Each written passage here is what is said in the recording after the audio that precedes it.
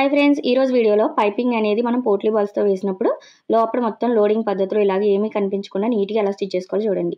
Piping thread ready చేసుకుంటాం కదా, దాన్ని కరెక్ట్గా నెక్ చివరన ఇలా వచ్చేలా పాదం ఖర్చు ఉండేలా స్టిచ్ వేసుకోండి. ఎక్స్ట్రా ఉంచుకోవాలి క్లాత్ అనేది ఒక 1/2 ఇంచ్. ఇక్కడ చూడండి, పోట్లీ బాల్స్ అనేది ట్రాన్స్పరెంట్ క్లాత్తో స్టిచ్ చేసేటప్పుడు ఇలా థర్మోకోల్ పెట్టామనుకోండి కనిపించిపోతుంది. అలాంటప్పుడు సేమ్ క్లాత్ అనేది ఇలా రౌండ్గా తీసుకొని ఇలా ఫోల్డ్ చేసేసుకోండి. ఈక్వల్గా తీసుకున్నాము అంటే అన్నీ కరెక్ట్గా వస్తాయి. క్లాత్ అనేది లోపలిది ఇలా రెడీ చేసుకుని టైట్గా బాల్లా చుట్టుకుని ఇప్పుడు కింద నాట్స్ వేసేసుకోండి. ఇలా మాల కడతాం కదా, అలా ముళ్ళు వేసేసుకుంటే ఇలా రెడీ అయిపోతాయి. చూడండి, ట్రాన్స్పరెంట్ క్లాత్ వచ్చినప్పుడు ఇలా రెడీ చేసుకోవాలి. ఇప్పుడు మీకు ఎంత గ్యాప్లో కావాలో అంత గ్యాప్లో ఇలా మార్క్ చేసుకోండి. కరెక్ట్గా మనం పైపింగ్ చివరినే వచ్చేలాగా పోట్లీ బాల్స్ కూడా మనం మార్కింగ్ చేసిన విధంగా అక్కడే పెట్టుకుని కదలకుండా స్టిచ్ వేసేసుకోవాలి. చివరినే కుట్టుపడాలి. ఇలా రెడీ అయినాయి కదా, ఎక్స్ట్రా ఉన్న క్లాత్ అంతా కూడా పైపింగ్ వరకు కట్ చేసేసుకోండి.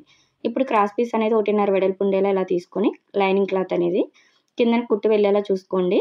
ఇప్పుడు పైనుంచి లైనింగ్ వైపు ఇలా మనం ఇందాక ఎక్కడైతే స్టిచ్ వేసామో అక్కడే స్టిచ్ పడేలా కుట్టుకొని చిన్న చిన్న కట్స్ ఇచ్చుకోండి. ఇలా ఫోల్డ్ చేసుకొని ఇప్పుడు ఖర్చు అనేది లోపలికి వెళ్ళిపోయేలా చూసుకోండి. చివరినే కుట్టుపడాలి. ఇలా స్టిచ్ చేసుకున్నామంటే మనకి ఈజీగా లోడింగ్ పద్ధతిలో రెడీ అయిపోతుంది. ఇప్పుడు దీన్ని ఇలా లోపలికి ఫోల్డ్ చేసుకుని పైనుంచి కుట్టు వేసేసుకోవడమే.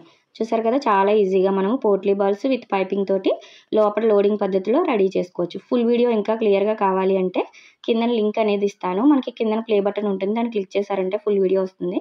చూసారా, లోపల బయట నీట్గా ఉంది. మీకు ఈ వీడియో ఎలా అనిపించిందో కామెంట్ చేయండి. నచ్చినట్టయితే లైక్ చేయండి. బ్లౌజ్ మొత్తం రెడీ అయిన తర్వాత మనకి ఇలా ఉంటుంది.